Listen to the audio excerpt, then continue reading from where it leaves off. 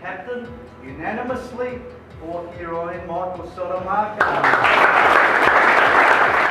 Always a huge honour. I've been fortunate enough to do it for a couple of years. I think it's actually the first time I've been voted in by the playing group specifically, so that's always nice. It's always, anytime you get a player-driven accolade, it's always nice because at the end of the day, they're your mates and blokes you're playing with, so no, huge honour.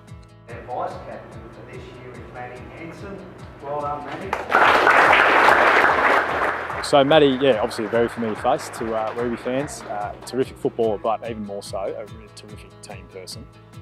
So I think he's going to slot in seamlessly, and I'm looking forward to really working with him and hopefully impart a bit of wisdom and a bit of knowledge and help him take the next step with his leadership stuff.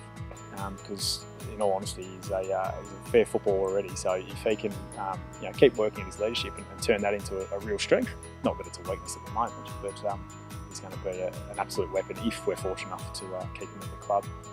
Some stupid AFL club doesn't realise how dumb they're being and not pick him up.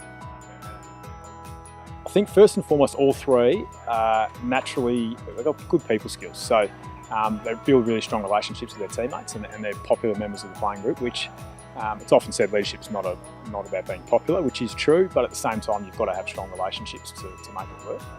And all three of those do it without even thinking about it. Obviously, Coggo or Nick's been in second year here, so sort of spent last year developing those relationships and is now in a position where he can start to impart a bit of his knowledge and step up from a leadership perspective.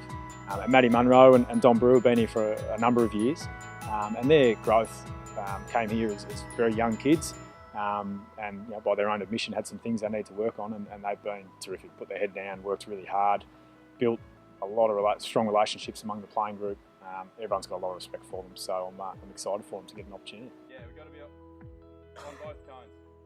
Brings a lot of knowledge and experience on an AFL list, I suppose, which is something that you don't have a huge amount of. So just obviously the IP that comes with being in a really successful AFL program like they've got down at Geelong, but also just some things that he will have picked up from guys like he's essentially played under Joel Selwood, Paddy Dangerfield and guys like that. So yeah, I'm looking forward. I'll pick his brain a bit and learn a few things, and hopefully he'll have some new ideas that we can all complement each other and work away together.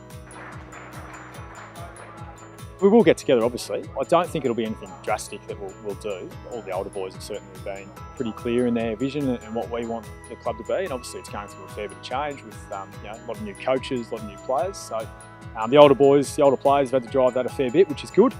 And so I think that there's not going to be anything drastic introduced in the next couple of weeks, but we'll just be continue nudging the playing group in the direction that we want to go, and hopefully, as I said to the boys in the room, I'm really keen for all the players to have that same really positive experience with the Werribee Footy Club that I've been fortunate enough to have over my 9 years here.